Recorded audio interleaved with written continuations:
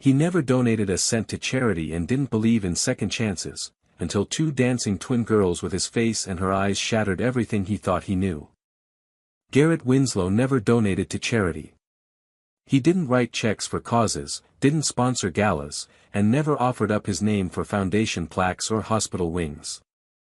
In fact, he went out of his way to avoid events that involved anything resembling compassion. To him, charity was a sentimental distraction for people who didn't understand how the world really worked. He built skyscrapers, not sympathy. Everything he touched turned to profit. People respected him, or feared him, but no one would have dared to call him warm. And that was just how he liked it. He was a striking man, the kind people noticed the moment he entered a room. Tall, broad-shouldered, always impeccably dressed in tailored suits.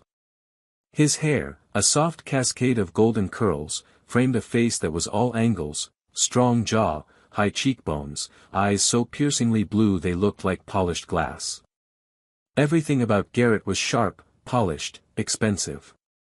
But there was no softness in him, not anymore. He had spent too many years in boardrooms and construction sites, too many late nights reviewing contracts and acquisitions, too much time building a world where nothing was left to chance. Kindness was for amateurs. Garrett built his empire with steel and concrete and certainty. So when he mistakenly showed up at the wrong venue that Thursday night, a charity event for children's art programs instead of the exclusive investor dinner he'd meant to attend, his first instinct was to turn around and leave. The ballroom was decorated with paper cranes and string lights, not crystal chandeliers and caviar. Children's paintings lined the hallway. A small string quartet played an overly cheerful tune near the entrance. It wasn't his scene. He took a step toward the exit, irritated with his assistant, already composing the scolding email in his mind. But then, just as he turned, the lights dimmed and a voice announced the next performance. From the Hope Studio Ballet program, please welcome Emma and Evie Moore. The audience clapped politely. Garrett barely registered the names. He wasn't listening. Until the music started. Two little girls stepped onto the stage in matching white ballet dresses. Their golden curls shimmered under the spotlight. Their faces, round, angelic, completely identical, were filled with a calm, concentrated grace far beyond their age. And their eyes. Blue. The exact same rare, ice-clear blue he saw every morning in the mirror. Garrett's body locked. He couldn't move. Couldn't breathe. The girls danced with flawless synchronicity, spinning and leaping across the stage with surprising confidence. The room faded around him. There was no orchestra, no audience, no clinking of wine glasses. Just them. These two perfect, impossible mirrors of himself. And yet, he had never seen them before. He told himself it couldn't be real.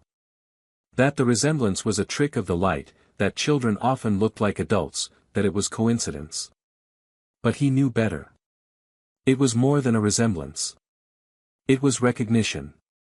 His jaw clenched, and his hands curled into fists at his sides, not from anger, but from something else, shock, maybe. Or fear. As the performance ended and the room erupted in applause, Garrett didn't clap. He simply stared. One of the girls gave a small bow, and as her arm moved gracefully toward her side, the light caught on something silver around her wrist. A bracelet. Delicate, thin, and shining. A shape and style that twisted something deep in his gut. He had seen that bracelet before. Years ago. And suddenly, everything he thought he knew about his life began to crack. The applause faded into a soft murmur, but Garrett remained frozen in place, his eyes locked on the two girls as they left the stage, still hand in hand. His mind refused to process what he had just witnessed. The resemblance was too precise, too perfect. It wasn't just their eyes or the way their curls bounced with each step, it was something deeper, something instinctual. A pull. A recognition. And that bracelet. That damn bracelet. A thin silver band, barely noticeable unless the light hit it just right. But he had seen it before. Years ago. On the wrist of a woman whose name he had almost managed to forget. He moved without thinking, weaving through the crowd, ignoring the polite conversations and curious glances as he followed the hallway toward the backstage area. A volunteer tried to stop him, but he brushed past with a cold look that didn't invite argument. He wasn't a man used to being told no. His shoes clicked against the polished floor as he rounded a corner and found a small corridor where children were gathering after their performances, laughing, hugging their instructors, their parents. And then he saw her. Not the girls, though they were there too, seated on a bench, sipping from juice boxes, but the woman beside them. Late 20s, maybe early 30s, with a dancer's posture and a tired kind of beauty. Auburn brown hair pulled into a messy bun, dark circles under her eyes that didn't hide the quiet fire in them. She crouched down to adjust one of the girl's ballet slippers and whispered something that made them both giggle. Garrett approached slowly. He didn't know what he was going to say, didn't have a plan. He just knew he had to know. The woman stood up as he got closer and looked at him, puzzled.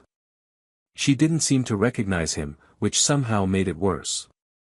"Excuse me," he said, voice low but steady. "Those girls, are they yours?" Her expression shifted immediately, defensive, protective. "Why do you ask?" Her tone was firm, but not rude. Garrett hesitated. "Because they look exactly like me." There was a pause. A deep, stretching silence. One of the girls, Emma, he thought, looked up and blinked at him with wide, curious eyes. The other kept sipping her juice, unaware of the storm gathering in the adult world.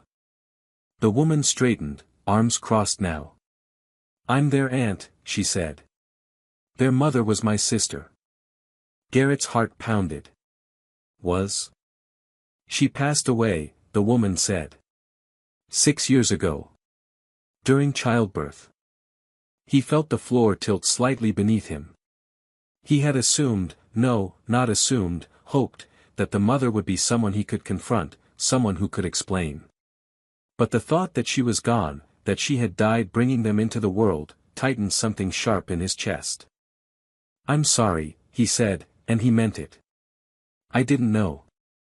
"What was her name?" The woman studied him, trying to read something in his expression. "Maggie. Maggie Moore." The name landed like a punch to the gut. Garrett had only known her for a short time, but he remembered the way she danced, the sound of her laugh, the softness in her voice when she said his name. They had spent one whirlwind weekend together, years ago, in a haze of music, wine, and something dangerously close to love. He never saw her again after that. He never looked. And now it was too late. "I knew her," he said quietly. "A long time ago. We were, together. Briefly." The woman's eyes narrowed. "And your name is?" "Garrett Winslow." She inhaled sharply. You're him." There was recognition now. Not from a photo or a memory, but from the stories her sister must have told. "She mentioned you. Once." Garrett nodded, overwhelmed. "And the bracelet?" he asked. "The one your niece was wearing." It looked like. "It was Maggie's," the woman said. "She wore it every day until she died. She gave it to Emma right before the girls turned 5. Told them it was from someone special." He swallowed hard. His past had never caught up with him like this. It had always been something he outran. But now it stood in front of him, sipping juice and smiling with the same crooked grin he had at that age. "Do they know?" he asked, barely above a whisper. The woman hesitated. "They know their mother loved someone very much. They don't know his name." Garrett looked down at the girls again. They weren't afraid of him. Not yet. They looked at him the way children look at anyone new, curiously, openly, without judgment. There was still time. "I want to know them," he said. "If you'll let me." The woman's eyes softened slightly, but the wariness didn't leave her face. "They've already lost enough. I won't let anyone else disappear on them." "I'm not going to disappear," he said, and this time, he wasn't just making a promise. He was making a vow. Garrett didn't sleep that night. He sat in his penthouse, surrounded by silence and glass, the city lights outside casting reflections he didn't recognize anymore. The bracelet, the girls, Maggie's name echoing in that quiet hallway backstage, every moment replayed over and over in his mind, refusing to let him rest. His chest ached in a way he hadn't felt in years, not since before he learned to bury anything that wasn't useful. But this wasn't something he could compartmentalize. He couldn't file it away under distraction or irrelevant. These girls weren't strangers. They were a part of him. By morning, he was already on the phone with one of the most discreet private investigators in New York, giving the man only two things: Maggie Moore's name and the year she died. He didn't tell him why, just that it was urgent. Within 48 hours, the file was in his hands. Garrett didn't know what he expected, but the report hit harder than anything he'd imagined. Maggie had died in a small local hospital after unexpected complications during childbirth. No father was listed on the birth certificates. Lauren Moore, her older sister, had stepped in as guardian immediately. No legal disputes. No questions. No extended family had come forward, and the girls had remained in Lauren's care ever since. They'd moved 3 times, always in modest neighborhoods, never far from dance schools or community centers. Lauren had taken on multiple jobs over the years, teaching, cleaning, whatever kept them fed and together. Garrett read the report twice, then set it down and stared out the window for a long time. Guilt was unfamiliar territory for him, but now it settled like an anchor in his gut. Maggie had died alone, giving life to 2 children who would never know her. And all the while, he'd been in boardrooms, winning awards, breaking records, convincing himself that his past didn't matter. He didn't want to just show up again without a plan, so he reached out to Lauren through a quiet channel, an assistant of hers from the studio who agreed to pass along a letter. It wasn't long or dramatic. He kept it simple: he wanted to help. Financially, emotionally, however she would allow. He wasn't asking to take the girls away or to disrupt their lives. He just wanted to be present. Lauren didn't respond immediately. But 4 days later, she called. Her voice was wary, but not cold. She told him the girls had asked about him, Emma, especially. She said the bracelet had become something sacred to them, a link to a story they didn't understand but deeply believed in. Lauren didn't promise him anything, but she agreed to let him visit. Not alone. Not yet. But he could come to the studio, observe quietly, and maybe, just maybe, begin to build something that looked like trust. The following afternoon, Garrett arrived early. The studio was small and worn around the edges, but it was filled with life. Kids giggled in the hallways, teachers offered gentle corrections, soft piano music drifted from one of the practice rooms. It was nothing like the steel and glass world he was used to. And it was beautiful. He stayed near the doorway, watching from a distance as the twins stretched at the bar. They moved in perfect sync, their expressions focused, their golden curls pinned back in matching buns. They hadn't seen him yet. He didn't want to startle them. Lauren approached him a few minutes later, arms crossed but a little less guarded. "They've had good days and bad," she said quietly. "They don't understand everything yet. But they're curious. Especially Emma. Evie's more cautious. She watches people before she lets them in." Garrett nodded, unsure what to say. He wanted to ask 1,000 questions. What were they like when they were babies? What was Maggie like in her final days? Did they talk about her? Did they talk about him? But he held it in. When class ended, the girls ran off to change, and Lauren offered him a moment to speak with them in the lobby. It was brief. Polite. Emma said hi first. Evie waved from behind her. He didn't try to touch them or push too hard. He just knelt to their level and said, "I'm glad I got to see you dance. You were both amazing." Emma smiled shyly. "Do you dance?" Garrett laughed softly. "Not even a little." She giggled. Evie stayed quiet, but she didn't look away. It wasn't a breakthrough. It wasn't dramatic. But it was a beginning. And for the first time in his carefully controlled life, Garrett felt something he hadn't expected. Hope. Garrett started visiting the studio regularly. At first, he kept his distance, standing quietly in corners, nodding to the instructors, never interfering. The girls began to notice him more. Emma would glance over her shoulder while stretching, flash a quick smile when she caught him watching, and then turn back to her routine like nothing had happened. Evie was slower to warm up. She rarely looked directly at him, but she never avoided him either. She observed him quietly, the way cautious children often do, with wide eyes and questions she didn't know how to ask yet. Lauren kept her promise, allowing him to be present but monitoring everything closely. She never left them alone with him, and Garrett didn't push for that. He knew he hadn't earned anything yet, not really. He was a stranger trying to undo a silence that had lasted nearly 7 years. And he understood something now that he hadn't before, being there wasn't about showing up once or twice with grand gestures. It was about consistency, humility, patience. Things no one had ever required from him until now. He started bringing small things. A new box of art supplies when he noticed the girls using worn-out crayons. Fresh leotards in soft pastel colors, careful to buy matching sets for both. He asked Lauren first every time. He didn't want to overstep. He didn't want to look like he was trying to buy their affection. But the girls didn't see it that way. They began to approach him after class, slowly at first. Emma asked questions, about his job, about buildings, about whether he'd ever been to Paris.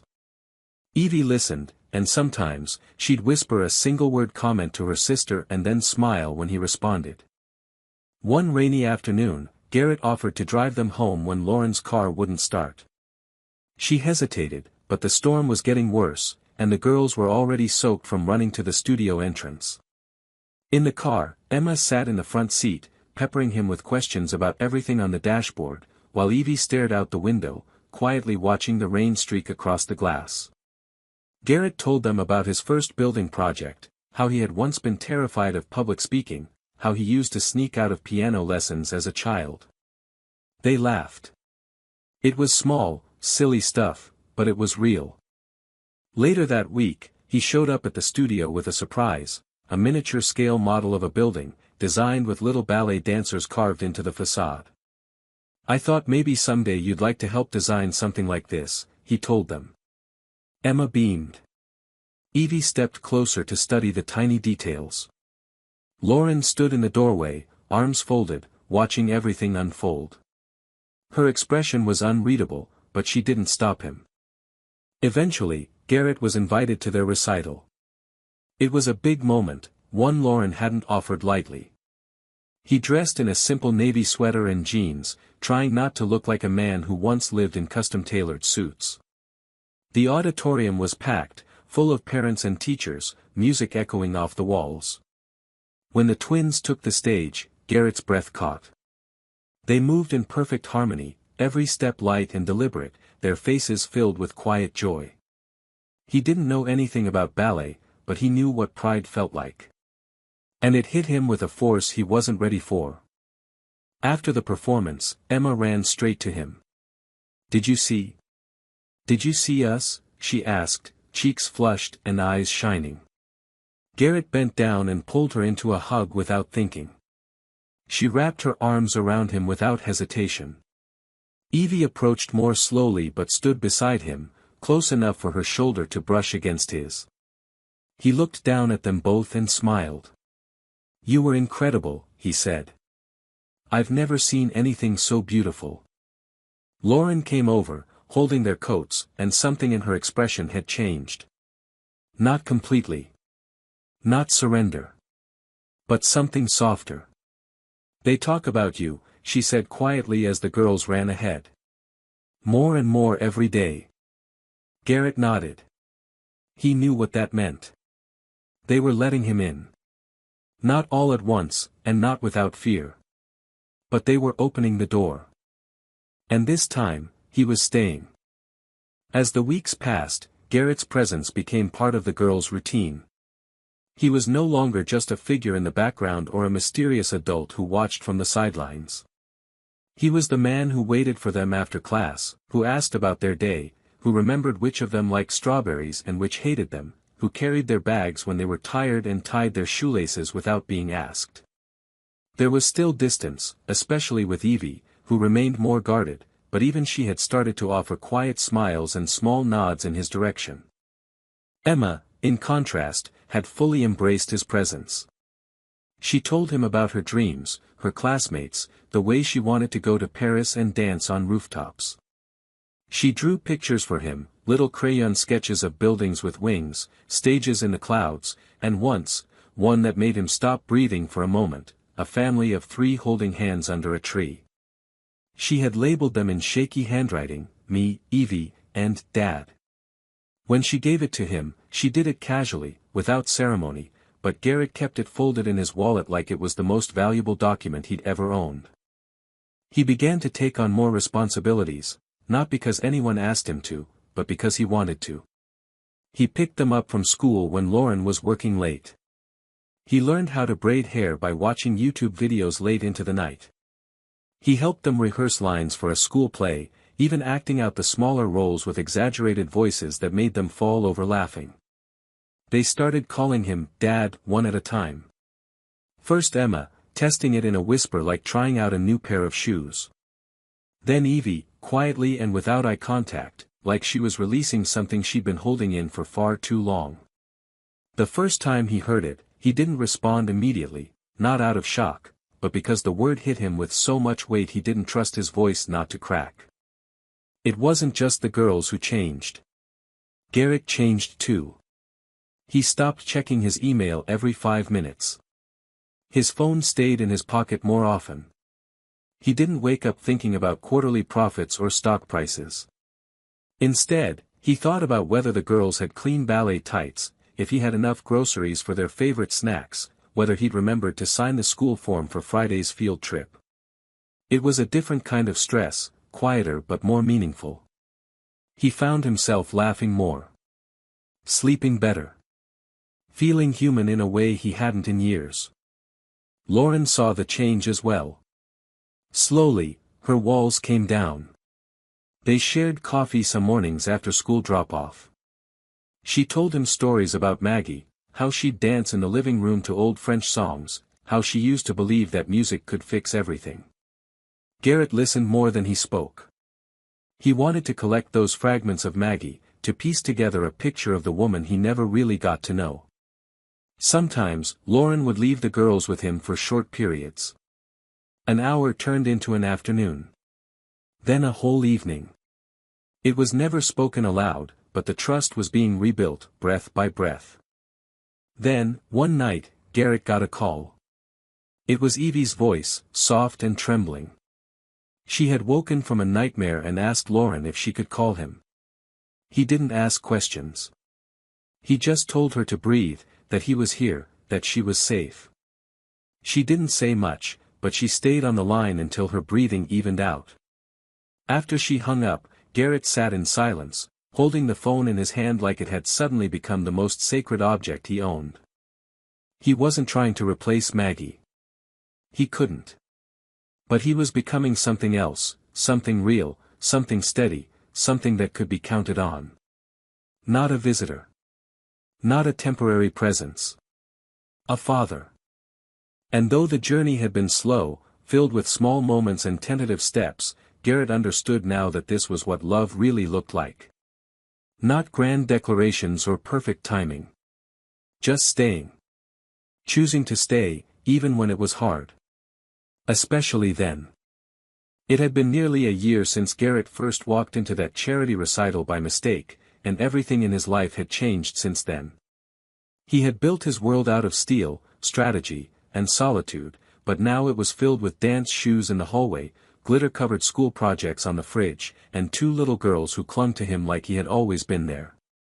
He didn't miss his old life, not the boardrooms, not the endless deadlines, not the empty victories that used to thrill him. For the first time, his success wasn't measured in numbers but in moments, like the way Evie now reached for his hand without thinking, or how Emma had started calling him Dad without hesitation, like the word had always belonged to him. But happiness has a way of drawing shadows. It started with a letter, an official-looking envelope delivered to Lauren's mailbox. At first, Garrett thought it was a mistake, until Lauren called him with tension in her voice and said, "You need to come over now." When he arrived, she handed him the letter and watched as he read it in silence. It was from a woman named Judith Carter, Maggie's aunt. Someone Garrett had never heard of, and apparently, neither had Lauren in over a decade. The letter stated that Judith had learned about the twins and intended to seek custody, citing concerns about their current living situation and the sudden involvement of a wealthy stranger claiming to be their father. She was threatening legal action. Garrett's initial reaction was fury. Where had this woman been when Maggie died? Where was she during all the nights Lauren stayed up comforting two newborns on her own? Where was she when the girls needed new shoes or medicine or help with school? He had seen this kind of tactic before, in business, when people saw opportunity and tried to mask greed with righteousness. But this was different. This was personal. Lauren, for her part, was less angry and more afraid. She knew how the system worked. She had raised the girls without official adoption, acting as their legal guardian under emergency family placement. And now that Garrett was involved, with his high profile and sudden presence, the story looked messy. The courts didn't always care about love, about effort, about sleepless nights. Sometimes, they just looked at the paper. They tried to stay calm for the girls, but children always know when something is wrong. Evie started asking if she and Emma were going to have to move. Emma clung to Garrett when he said goodnight, whispering, "You won't let them take us, right?" Garrett held her tightly and told her the truth. Not a chance. Their lawyers warned them that Judith had hired a powerful family law attorney known for using personal scandals to sway cases. Almost immediately, Garrett's past became public property. Articles began to surface. Billionaire CEO claims secret children. Cold empire builder turned sudden father. Old photos, headlines, quotes from former colleagues who were all too eager to paint him as emotionally unavailable and image-obsessed flooded the internet. His reputation crumbled overnight. Investors pulled out of partnerships. Boards requested his resignation from projects he'd spent years building. The press didn't care about truth. They wanted the narrative. But Garrett didn't fight back in the way the world expected. He didn't launch PR campaigns or hire reputation consultants. He focused on one thing, protecting the girls. He doubled down on presence. He showed up at every school function, every doctor's appointment, every rehearsal. He answered their questions with honesty, not promises. He sat through court evaluations with quiet strength and let the facts speak for themselves. He told the truth, how he hadn't known they existed, how he regretted the years he'd missed, and how he was willing to lose everything else to make sure they stayed where they belonged. The court hearings were brutal. Judith painted Lauren as unstable and Garrett as opportunistic. But then the girls were called to speak, not in front of the whole courtroom, but in private sessions with child advocates.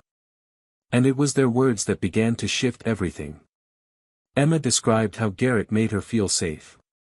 Evie said he never forced her to talk, just listened until she was ready. They both said the word home when they talked about him. And it was home.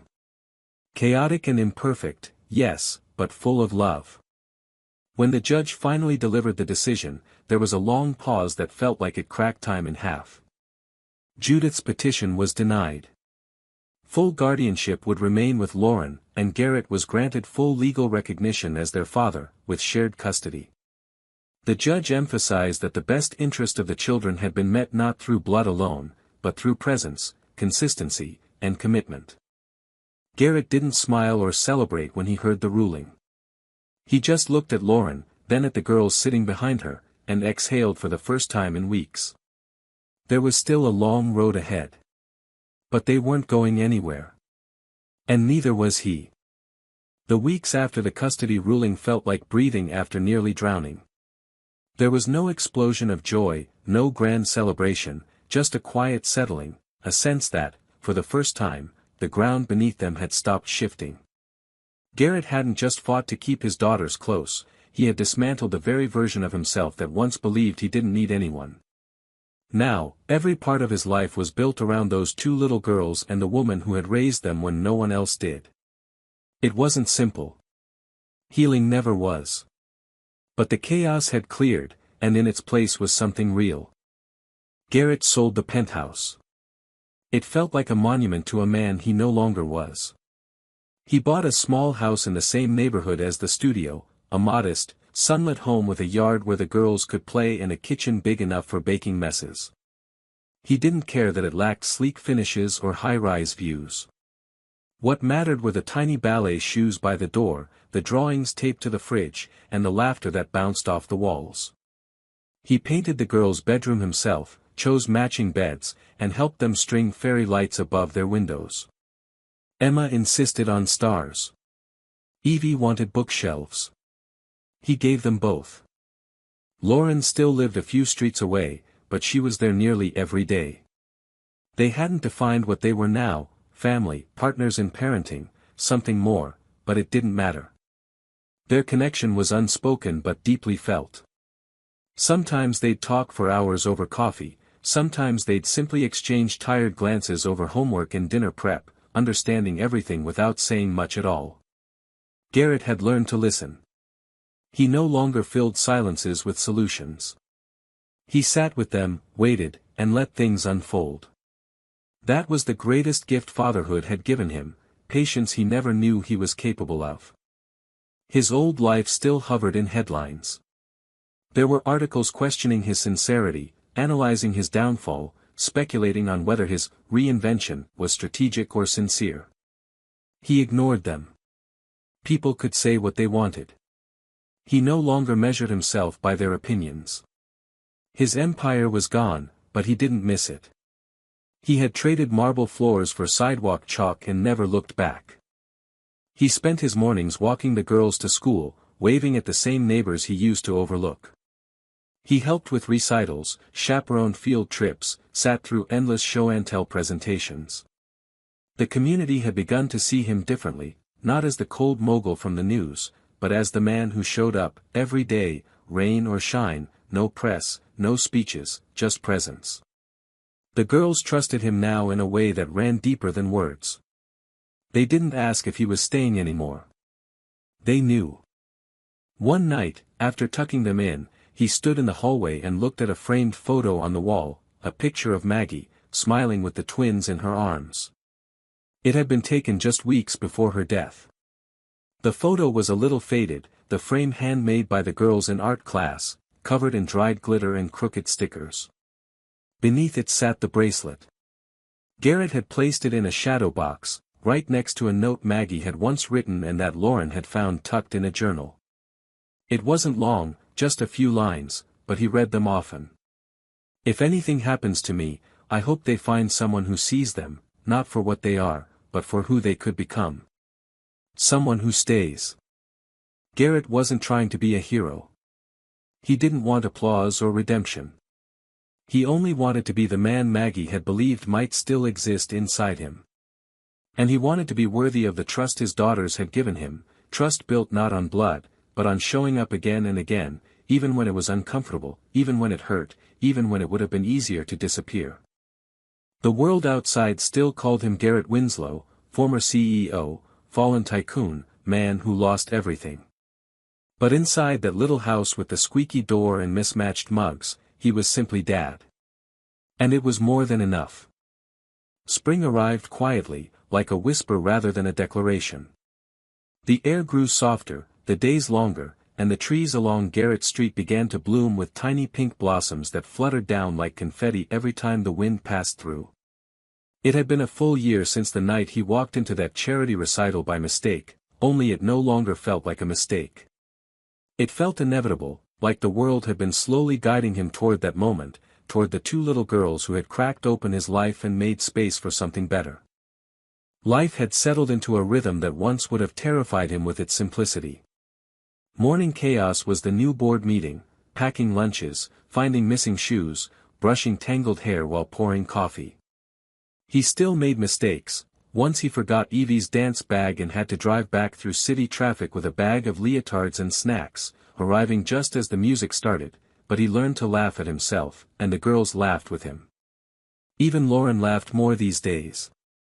She no longer looked like she was holding the weight of the world on her shoulders alone. They had become a team, even if neither of them had put a name to it. Some things didn't need names to be real. Garrett had created something unexpected in the year since his world unraveled, a small nonprofit named the Maggie Moore Foundation, dedicated to supporting community arts programs and single parents. He didn't make speeches or hold galas. Instead, he quietly funded ballet classes for kids whose parents worked 2 jobs and offered grants to women who were trying to rebuild their lives. He never put his name on anything. It wasn't about recognition. It was about making sure no child slipped through the cracks because someone believed they weren't worth the effort. One afternoon, just before the twins' spring recital, Garrett stood backstage holding a bouquet of wildflowers he'd picked himself from the park. He wore jeans and a button-down shirt, not a suit, and there was a smudge of glitter on his wrist from helping Evie fix a last-minute costume issue. The auditorium was full. Parents, teachers, friends. He should have felt nervous. Instead, he felt steady. The girls were dancing to a piece called Home, choreographed by their teacher with them in mind. Garrett had watched them practice it dozens of times in the living room, the way they moved with quiet grace, like they knew the story their bodies were telling. When they stepped onto the stage, a hush fell over the room. The music began, gentle, slow, and Garrett's breath caught. Emma and Evie moved like they were born for it, like the stage belonged to them, and as they danced, Garrett felt something in his chest shift. Not break, but open. After the final note, the audience erupted into applause. The girls took their bows, hand in hand, smiling in a way that could light up a city. Garrett stood clapping until his hands stung. When they found him after the performance, they didn't run. They walked up to him with all the confidence in the world, and Emma, grinning, asked, "Did we do okay?" Garrett knelt down, kissed the top of each of their heads, and said, "You were magic." That night, they had dinner at home, pizza and orange soda, the girls still in their costumes, glitter on the floor, laughter echoing through the house. After they fell asleep, curled into each other like they had since birth, Garrett sat in the hallway outside their room and watched them for a long time. There were no more questions in his mind. No more fear that he wasn't enough. He wasn't perfect, but he was present. He was theirs. And they were his. He passed by the photo of Maggie on the wall as he walked to the kitchen. She was smiling in that way she always had, mischievous and knowing, as if she had seen all of this coming. Next to her photo, the bracelet sat in its glass case, still shining under the soft hallway light. It was no longer a symbol of the past. It was a promise kept. Garrett poured a cup of tea, stepped out onto the porch, and let the quiet of the evening wrap around him. He wasn't chasing anything anymore. He had already arrived. And in that stillness, with the sound of crickets in the distance and the memory of his daughter's laughter in the air, he finally understood what it meant to be whole. Not because he had built something great, but because he had stayed. Because he had chosen love when he could have walked away. And that, he knew, would always be the finest thing he'd ever done. To me, the ending of this story isn't about a perfect resolution, it's about the quiet power of transformation. Garrett didn't win back a fortune, or rebuild his empire, or return to the top of the business world. What he did was far more meaningful. He became a man who chose love over legacy, presence over power, and family over fear. Watching him go from emotionally distant and self-focused to someone who finds peace in bedtime routines and glitter-covered drawings feels like the kind of arc we don't see enough, subtle, honest, and deeply human. What I love most is that the story doesn't try to erase his flaws or pretend the journey was easy. He lost things, yes, but he found something real, a home, not made of walls and wealth, but of trust, forgiveness, and the willingness to stay. And that makes his quiet, porch-lit ending one of the most powerful kinds of happy there is, the kind you earn.